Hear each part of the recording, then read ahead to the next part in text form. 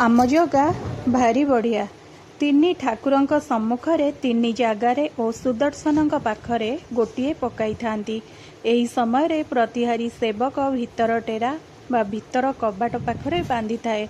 उल्लेख योग्य जे बल्लभ पूजा समय रे भितर काठ पाखरे बंधा होइथिबा टेरा सकाळ धूप सरिबा पर्यंत थाए।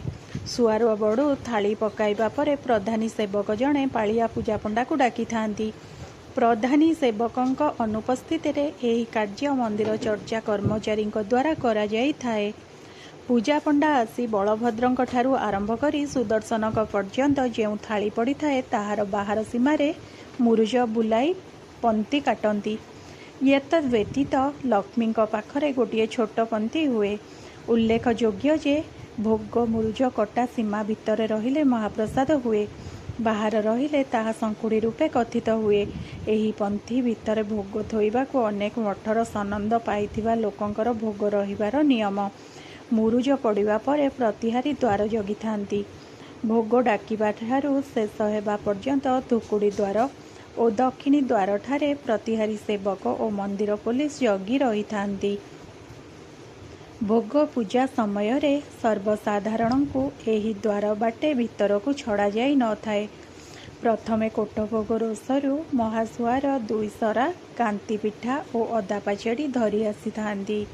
एहाकु श्रीमंदिर चलनी रे प्रथम छेक आसिला बोली कुहा जाए। तांको पछे पछे पंती बड़ू सेवक सकाळ धूप खेचेड़ी कुड़ुआ धरी रोष पाइक सह गंभीर भितर को आसी थांती। रोष पाइक कुआ इत्यादि बारण करने को काठ खंडिए धरी थांती। एही काठ खंडिक परे प्राप्य स्वरूप पाई थांती। प्रथमे चंद्रकांती महासुआर पत्री बड़ू पंती बड़ू बिड़ुआ बेहरा और तोला बड़ू सेवक छेक नहीं पोखरिया को आसी थांती। चंद्रकांती महासुआर प्रथमे चंद्रकांती थाली रे बाड़ी थांती। तापरे पंती बड़ू बिड़ुआ बेहरा यथाक्रमे चारिपाड़े खेचड़ी बाड़ी घीओ पकाई थांती। तोला बड़ू भितरे कदली पत्र रे पिठा पंती करी थांती। रोष पाइक ताहा सबु थाली काढ़ी तले थोई थाए। पंती बड़ू सबु थाली रे कुड़ुआरू बाड़ी थांती। एहा परे अन्यान्य भोग सबु पंती को आसे। पालिया पत्री पूजा ठा करी रखे। गरा बड़ू तीन जन पूजा पंडा को आसन स्वरूप तीन खंड नुआ कना पहाड़ा पकाए। एथि सकाशे श्रीमंदिर प्रशासन तरफरु चांगड़ा मेकअप जिम्मारे एही कना रखा जाई थाए। एहा परे प्रधानी सेवक पूजा पंडा को पूजा करिबा पई डाकी थांती। किंतु प्रकृत पक्षे अनेक वर्ष धरी एही कार्य मंदिर चर्चा कर्मचारी द्वारा करा जाउछि। तत्परे तीन जन पूजा पंडा सिंहासन उपरे बसी पूजा आरंभ करि थांती।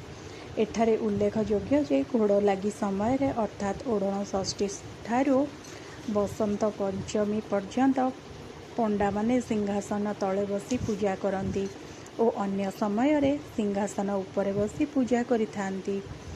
सकाळ धूप पूजा समय रे पत्री बड़ू मुदुली सेवक ठारू पात्र सज करिबा पई 18 मूर्ति रूपा गिना 7 मूर्ति रूपा कलश और पित्तल थाली रे पूर्व वर्णित पूजा उपचार मान भितर को नहीं पूजा पंडा मान को जोगाई दे थांती।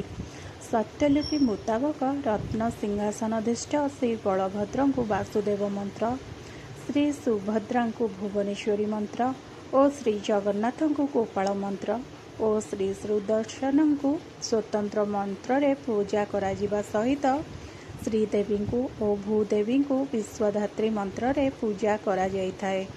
तीन जन पूजा पंडा मध्यरु जणे बलभद्र और अन्य जणे सुभद्रांक बाड़े पूजा करुथिबा बेले तृतीय पूजा पंडा जगन्नाथ, सुदर्शन, श्रीदेवी, भूदेवी और माधवंक पूजा करि थांती। सकाळ धूप बा राज धूप पूजा षोडश उपचार रे होई थाए। पूजा समय रे गोछिकार और प्रतिहारी सेवकगण जय विजय द्वार ठारे जगी रही थांती। घंटुआ और बजंत्री सेवक माने घंट और बाजा बजाती। पूजा बाढ़िबा समय रे पत्री बड़ू पालिया सेवक यथा परीक्षा बड़ू पालिया मेकअप, चांगड़ा मेकअप और पालिया खुंटिया को डाकी थांती। परीक्षा बड़ू तीन गोटी दर्पण जहाँकि अवकाश समय रे व्यवहृत हुए ତାହା ନେଇ ଠାକୁରମାନଙ୍କ ସାମ୍ନାରେ ରଖେ ଓ କ୍ରମାନ୍ୱୟରେ ଦିଅଁଙ୍କ ସାମ୍ନାରେ ଧରେ। ଖୁଣ୍ଟିଆ ସେବକ ମାଳ ତୁଳସୀ ଯୋଗାଇଥାନ୍ତି। ପାଳିଆ ମେକାପ 3 ଗୋଟି ସ୍ୱର୍ଣ୍ଣ ପଦାକ ଭଣ୍ଡାର ମେକପ ପାଖରୁ ନେଇ ଯୋଗାଇଥାନ୍ତି। ଚାଙ୍ଗଣା ମେକାପ 3 ଖଣ୍ଡ ବସ୍ତ୍ର ଯୋଗାଏ। ସୁଆର ବଡ଼ୁ ରୋଷରୁ ନିଆଁ ଆଣିଥାନ୍ତି ଓ ଏହି 3 ଗୋଟି ପିତ୍ତଳି ଦୀପଳିରେ ଗୁଗୁଳ, ଚନ୍ଦନ ଗୁଣ୍ଡ ଓ ନିଆଁ ରଖି ଧୂପ ପ୍ରସ୍ତୁତ କରି ଯୋଗାଇଥାନ୍ତି। ଧୂପ ନୈବେଦ୍ୟ ଶେଷ ହେଲେ ପାଳିଆ ପତ୍ରୀ ସେହି ଦୀପାଳିରେ ବଳିତା ଦେଇ ଦୀପ ଦିଏ। ଗରା ବଡ଼ୁ ଘଷା ଜଳ ଦେବା ପରେ ପାଳିଆ ମହାସୁଆର ପନ୍ତିରେ ଲଗାନ୍ତି। ସତ୍ତ୍ୱଲିପିରେ ବର୍ଣ୍ଣିତ ପ୍ରକାରେ ମହାସୁଆର କେବଳ ପନ୍ତି ଛୁଇଁ ପାରିବେ। ପୂଜା ବଢ଼ି ଦୀପ ଦେଲା ପରେ ପ୍ରତିହାରୀ ଭିତର ଦ୍ୱାର ବନ୍ଦ କରେ। ଏହାକୁ ଟେରା ପଡ଼ିବା ବୋଲି କହନ୍ତି। ସୂଚନାଯୋଗ୍ୟ ଯେ ପୂଜା ପଣ୍ଡାମାନେ ଠାକୁରଙ୍କୁ ଭୋଗ ମଣୋହି କଲାବେଳେ ସେଠାରେ ମହାସୁଆର, ପତ୍ରୀ ବଡ଼ୁ, ସୁଆର ବଡ଼ୁ ଓ ଗରା ବଡ଼ୁ ଛଡ଼ା ଅନ୍ୟ କେହି ଗମ୍ଭୀର ଭିତରେ ରହିପାରିବେ ନାହିଁ। ପୂଜା ପଣ୍ଡାମାନେ ପାଳିଆ ମହାସୁଆରକୁ ସବୁ ଠିକ୍ ଅଛି ବୋଲି ପଚାରନ୍ତି। ତାପରେ ଠାକୁରଙ୍କୁ ମଣୋହି କରନ୍ତି। ଏହି ସମୟରେ ଝାଞ୍ଜ ପିଟା ହୁଏ।